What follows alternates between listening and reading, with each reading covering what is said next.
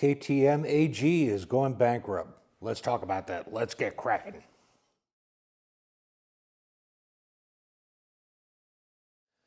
Good Moto Morning Internet. Welcome to another episode of Kraken's Garage. Sorry it took so long to get this one out. I was wrapping up a video I was shooting about the financial woes of KTM and what's going on with them. And as I was uploading it, FortNine, Ryan, a Canadian-based store that's kind of like Revzilla here in the United States, puts out amazing content. You should go check out that channel.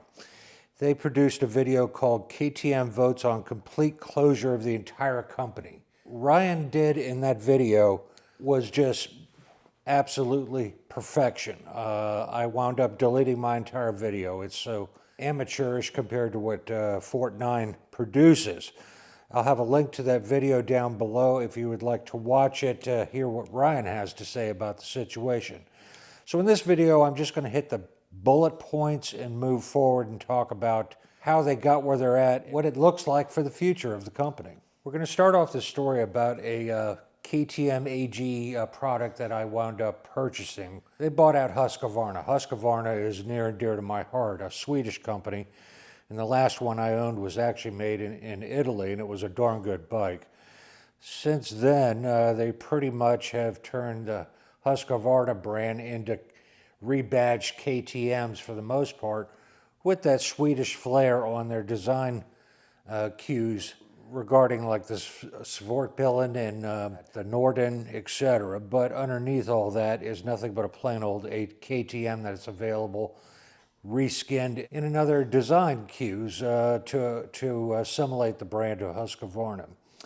In 2019, I bought a 𝕒𝕤𝕒𝕜, which stands for Black Arrow in Swedish, and it was the 401. They have two variants, an 800 and a 400. And basically it's a thumper, a 390 thumper based off the 390 Duke chassis. Rode that bike, first oil change, 651 miles. I changed the oil out. I'll throw some pictures up here, and the oil had so much metal flake in it, it looked like glitter had been dumped into the oil. I called my dealer, Husqvarna dealer here in Virginia, and told them, they're like, yeah, there's supposed to be some crap in the trap when you do your first oil change. And I said, sir, I've been in this game a long time.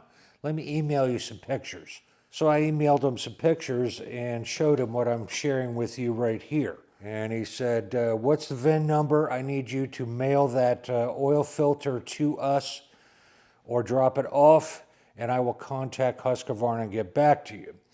He called me back the next day and said, Husqvarna says, that's fine, that's normal wear and tear, keep riding it. And I said, okay, here's my take on it. I want to talk to Husqvarna personally. I want in writing what you just told me from Husqvarna. And I said, I'm going to take legal action. This motor is going to grenade, and they're telling me to ride it. Moving forward, I'm going to have my attorney draw up a liability form that says if the motor locks up and I lay the bike down, and I've been doing this a long time, I've had a bike lock up, and you have to pull in the clutch quickly as you're going sideways down the road and your rear tire quit moving altogether, and hope that you hang on and don't tip over the bike and high side. And I said, please share my thoughts with Husqvarna. I'm recording this conversation. From this point forward, I will see them in small claims court if that's the way they want to play this. About a month goes by with emails, dear sir, curse you letters going back and forth. Eventually, they bought the bike back, only because I pressured them. Now, this is a classic case of a manufacturer bruising a customer so they don't have to pay a claim. They knew what was going on. Something brass in there has grenaded and shred inside that motor in that little thumper. And it was starting to get really bad, 651 miles into the bike. That's the first and last time. That's all I need to know as far as KTM AG goes on how they handle their business. Now move forward to today. This was 2019, before the pandemic. The pandemic happened, and everybody ran out of bikes. I don't know about the rest of the world, but here in the United States, showrooms were empty. Dealers were commanding way over list price and gouging customers and charging exuberant fees because they could.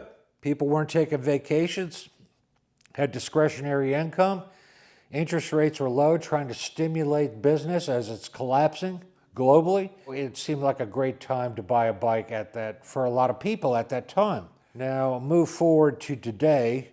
Sooner or later, this pandemic stuff is going to end, and it did. And meanwhile, KTM AG ramped up their production and started producing halfway through COVID a plethora of more bikes. As it stands right now, they have a stockpile full of bikes that are unsold. Why aren't they selling? Well, there's three reasons. Reliability. There is hordes of people that have had the cams go out on the 790, 890, and the 901. To the point, there was 10,000 of them on Facebook getting together and comparing notes. Finally, KTM AG logged on there and said, all right, we'll cover these bikes from this point forward. Never mind, all the previous ones before that date got screwed and had their motors go out on them. Reliability, their integrity took a major bruising on that event just on those three models. As a result of these crappy parts, the bikes are crapping out. Now, why is that happening? I'll tell you why. Because my father once told me that anything you find from Austria is going to be absolutely flawless. He's never seen a product out of that country that wasn't just perfect. And he was right. KTM, you have bruised Austria's integrity with your production. You have shipped out and globalized. Many of your bikes are made. You've climbed into the bed with Indian company, Baha, who's now probably going to wind up buying your company when it crumbles to the ground. And you're producing many of your bikes in India. You have also climbed into bed with CF Moto, a Chinese company. Your 890, 790 motors, I know the 790, I'm not sure about the 890, are made by CF Moto. And CF Moto is producing those bikes, to my knowledge. So you're charging Austrian prices, top shelf quality, yet you're farming it out to India and China. And it's like the story of Craftsman producing USA-made tools, and when they farmed it out to China, made a crappy tool and still charged made USA prices, we all know what happened. The market dropped and they wound up selling off the tool company. That's exactly what's happening here to KTM, in my uneducated opinion. 20 years ago when KTM got started, they sold 6,000 bikes per year. Spin forward to today, they produce 6,000 bikes a week. The CEO is also on the board of directors for Mercedes-Benz. This guy's mapping out a perfect storm. So he ramped up production during COVID. The bottom fell out. Interest prices rise. You have reliability issues.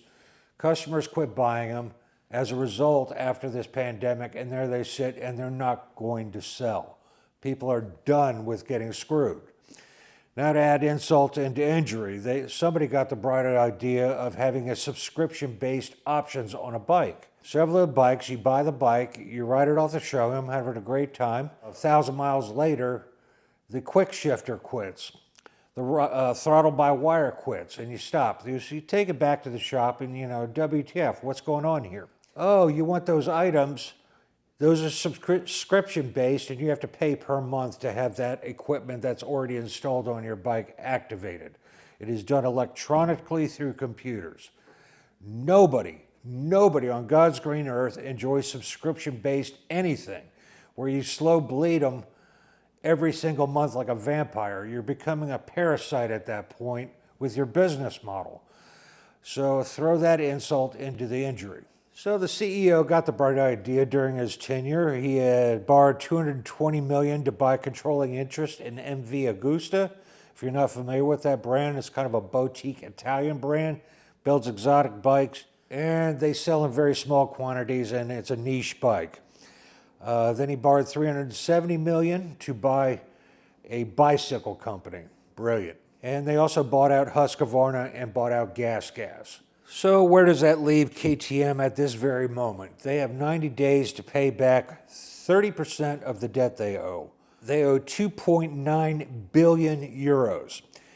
And of that 2.9 billion euros, there's 2,566 individual creditors that are getting screwed on this deal, and 1,320 employees. This all took place in November, so a lot of these people haven't worked since last fall, and we're about to go into March. Now, the settlement that the board just voted on was for the creditors to get back 30 cents on the dollar. So they're going to lose 70% of what they invested in KTM. How are you expected? You have a crappy product, nobody's buying, you've bruised your integrity and you've bruised your customer base on overpriced bikes being farmed out globally. You're slow bleeding your customer base with subscription-based options already on your bike that you just bought. And now you're having to borrow more money because nobody's going to give you credit to buy the parts you need to continue production and get these people back to work and straighten this mess out. I personally don't see how they're going to be able to pull this one out. So I think KTM will get swallowed up by either BMW or Baja in India. It'll be interesting to see how that goes. I'll be interested in hearing your thoughts on this particular case. Do yourself a favor, go watch that video from Ryan on FortNine. Again, it's linked down below. Amazing story. And don't get me started on Harley. Mark my words, within the next 2 years, they'll be borrowing money from Trump to keep the doors open at the rate they're going. So that's a whole nother chapter. That's all I got for you today. I hope you enjoyed this episode. You learned something today. Thank you for joining me today. And remember, folks, go riding because it's good for you. And I'll see you in the next one. Peace.